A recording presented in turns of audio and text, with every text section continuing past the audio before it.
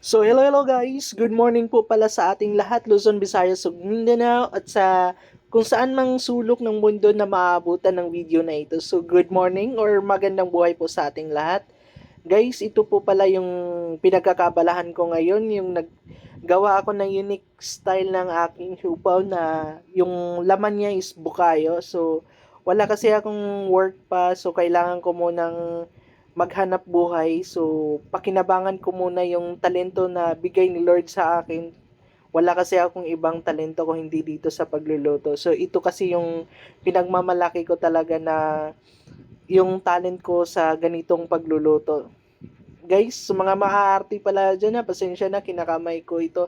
Pero alam nyo ba na mas masarap yung kinakamay? Charot lang.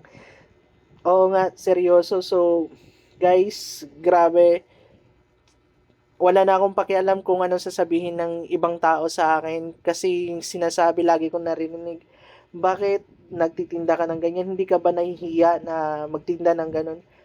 Guys, yung sagot ko po, bakit ako mahihiya na marangal po yung ginagawa ko.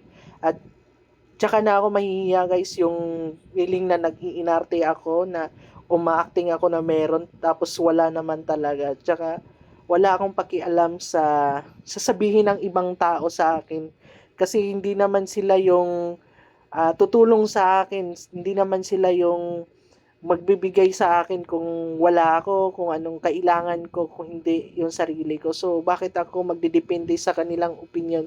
Wala akong pakialam kung anong sabihin ng ibang tao. As long as yung ginagawa ko ay marangal, tsaka walang inaapakang tao, tsaka go pa rin ang go.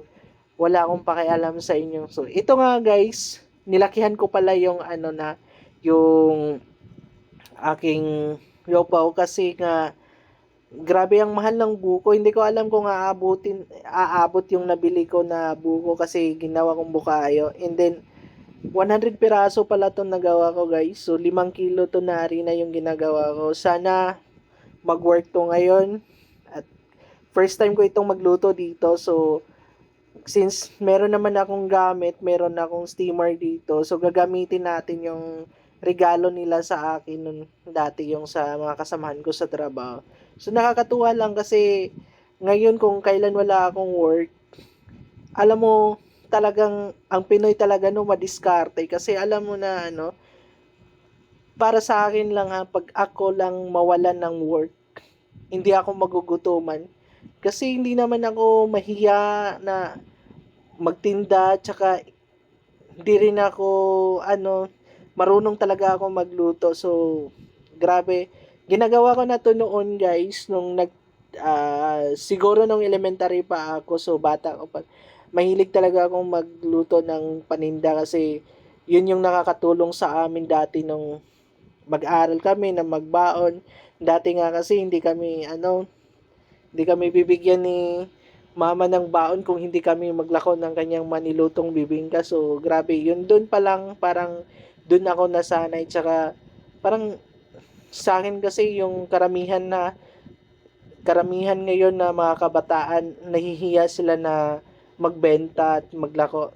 Para sa akin, hindi kasi marangal naman yung ginagawa mo. Yung nakakahiya kasi yung nag-iinarte ka tas wala ka naman palang dapat iarte tapos alam mo yung hirap-hirap na nga kayo sa buhay tapos nag-iinarte ka pa. So, sa panahon ngayon, maging practical tayo.